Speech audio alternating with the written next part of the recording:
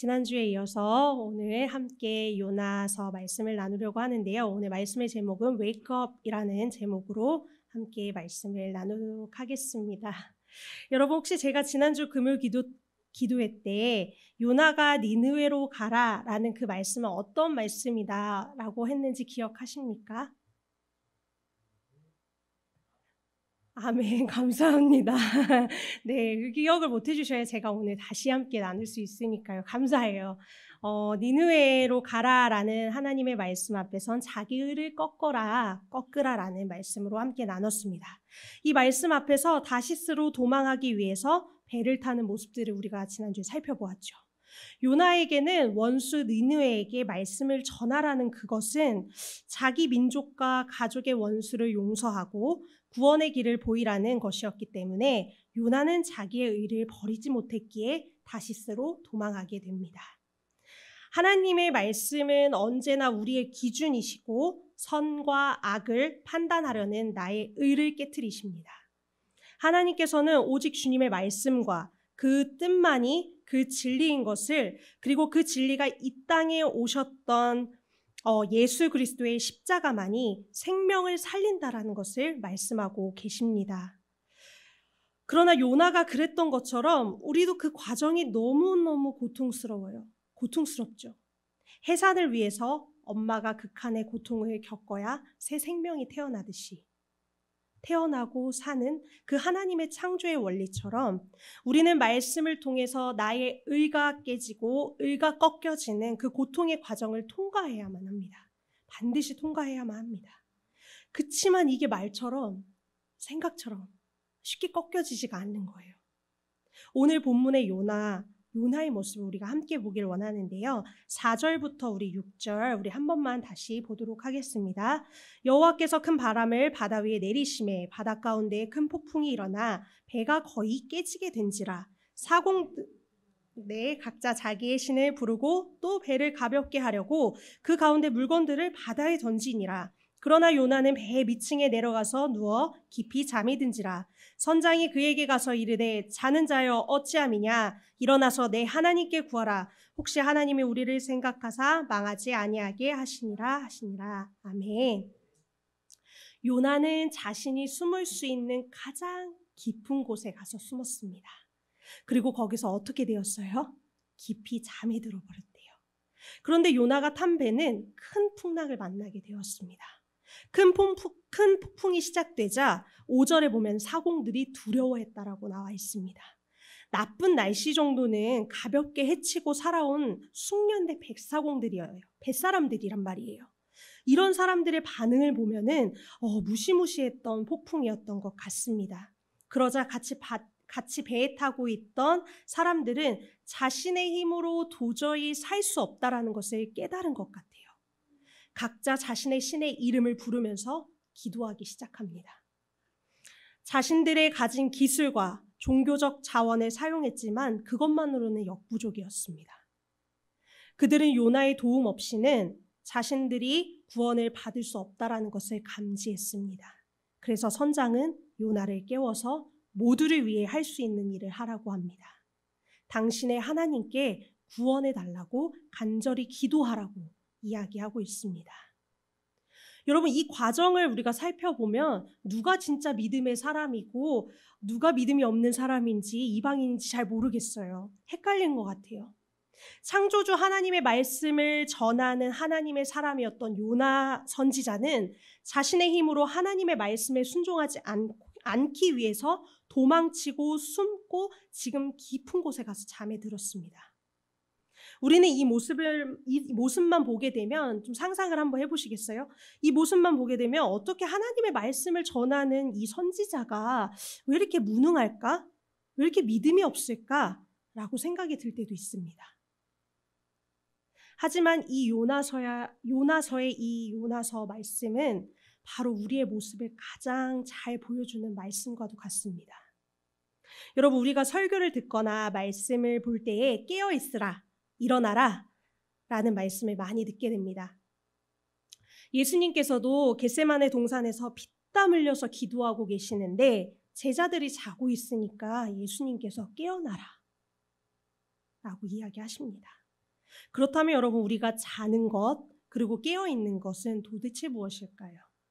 단편적인 예로 우리가 예배 생활이 잘 되지 않으면 잠든 것이라고 이야기하고 예배 생활이 잘 되면 깨어있는다라고 말하기도 합니다.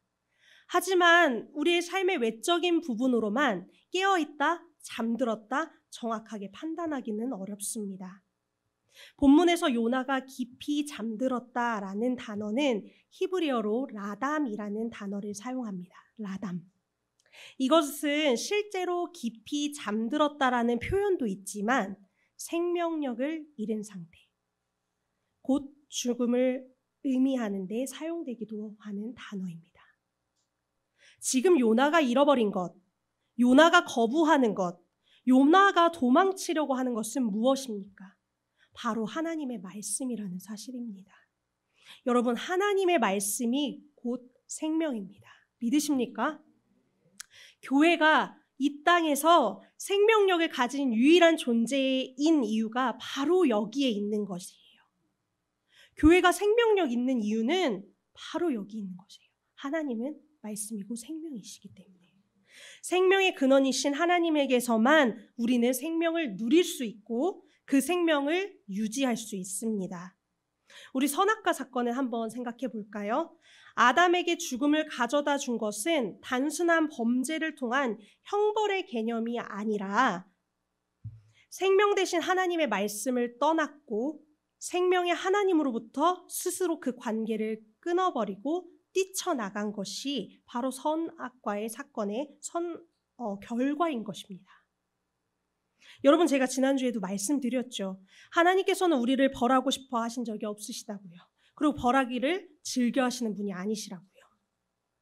하나님께서 우리가 생명의 근원이신 그분 곁에 떠나지 않기를 원하십니다.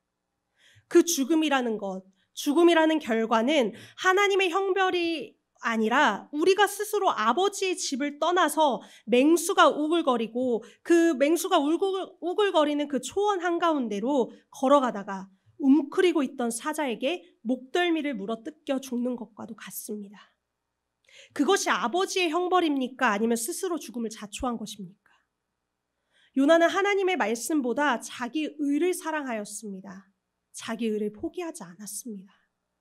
어찌 보면 그도 자신의 민족과 가족들이 니느웨의 아수르에게 멸망당하지 않기를 간절히 원했기 때문에 이런 도망을 감행한 것입니다. 하지만 그것은 철저히 자신의 의였다는 것이죠. 자신의 의가 아무리 그것이 우리 가족을 살리기 위해서예요. 우리 민족을 살리기 위해서입니다. 다른 사람에게 피해 주지 않기 위해서예요, 하나님. 이런 정당성이라는 이유로 변명을 할지라도 그것은 분명히 하나님의 생명과 떨어지게 되는 것입니다. 멀어지게 되는 것입니다. 우리의 유일한 생명의 기준은 오직 하나님께만 있기 때문입니다. 정말 안타까운 마음으로 제가 말씀드립니다. 코로나 이후에 정말 많은 한국 교회 성도님들이 깊은 잠에 빠져버렸습니다. 코로나 때 이런 이야기를 정말 많이 들은 것 같아요. 우리 회사가 교회 다녀오면 전수조사를 해서 불이익을 나에게 주기 때문에 제가 교회를 나갈 수가 없어요. 그런 이야기를 가장 많이 들었어요. 특히 대기업에서요.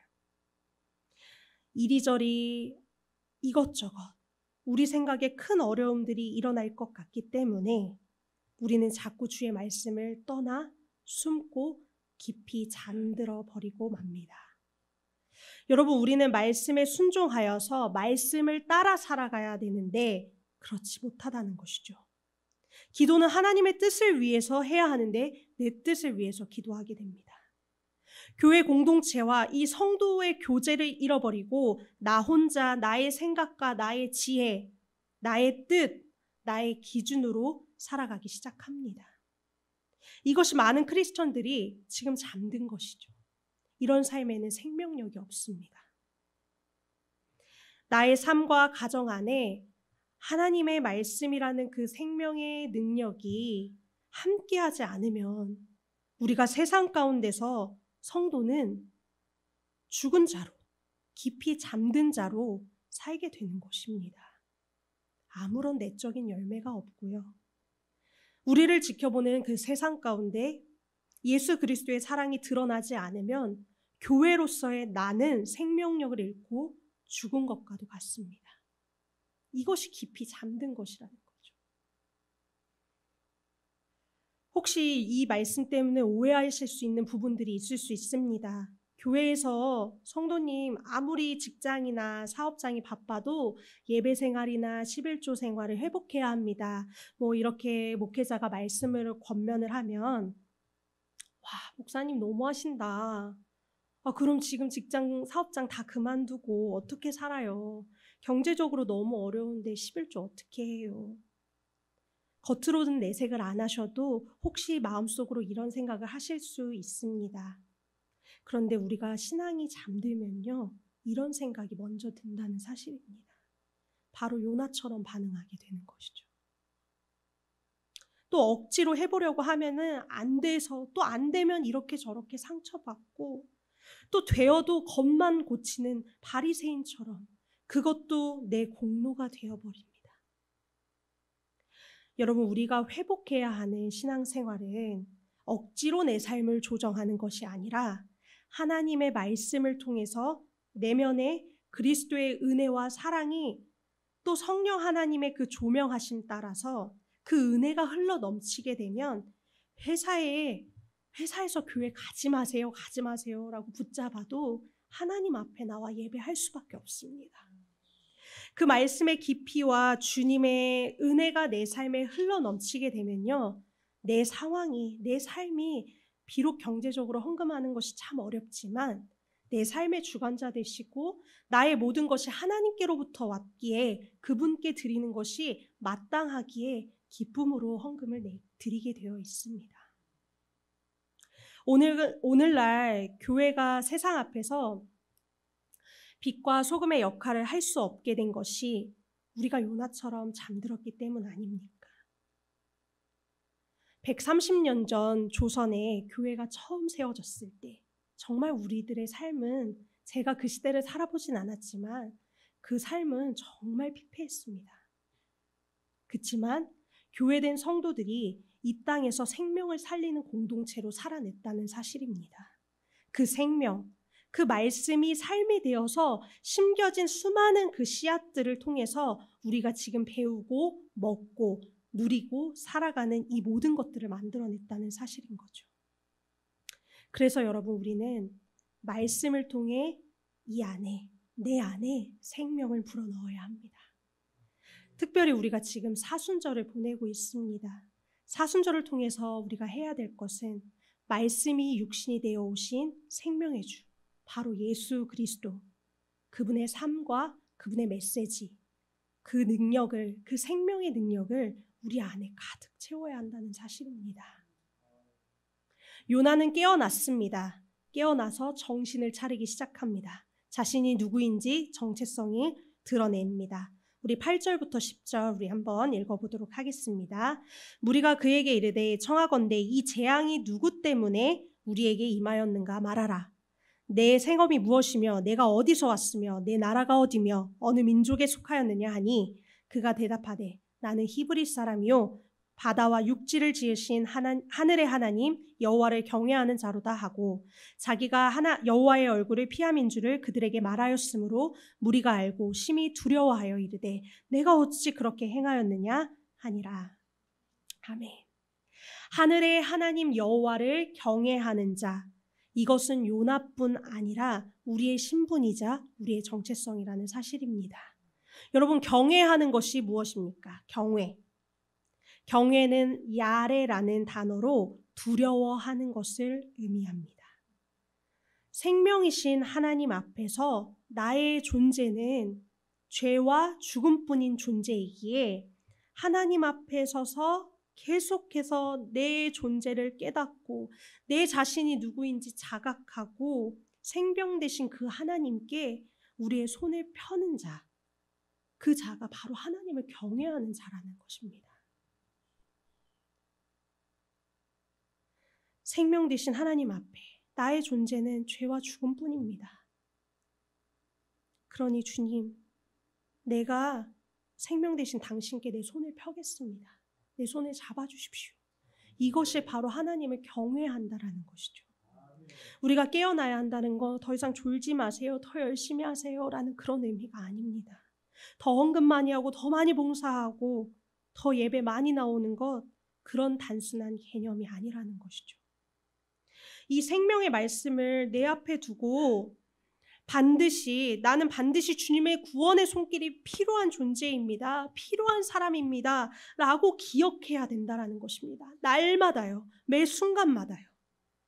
주님의 말씀을 통해서 나를 죽기까지 사랑하신 그 은혜, 그 사랑, 우리 주 예수 그리스도를 매일같이 발견해야 하고 그 은혜로 내 영혼을 매일매일 채워야 돼요. 내 영혼 가운데 그 은혜로 가득 채워야 합니다.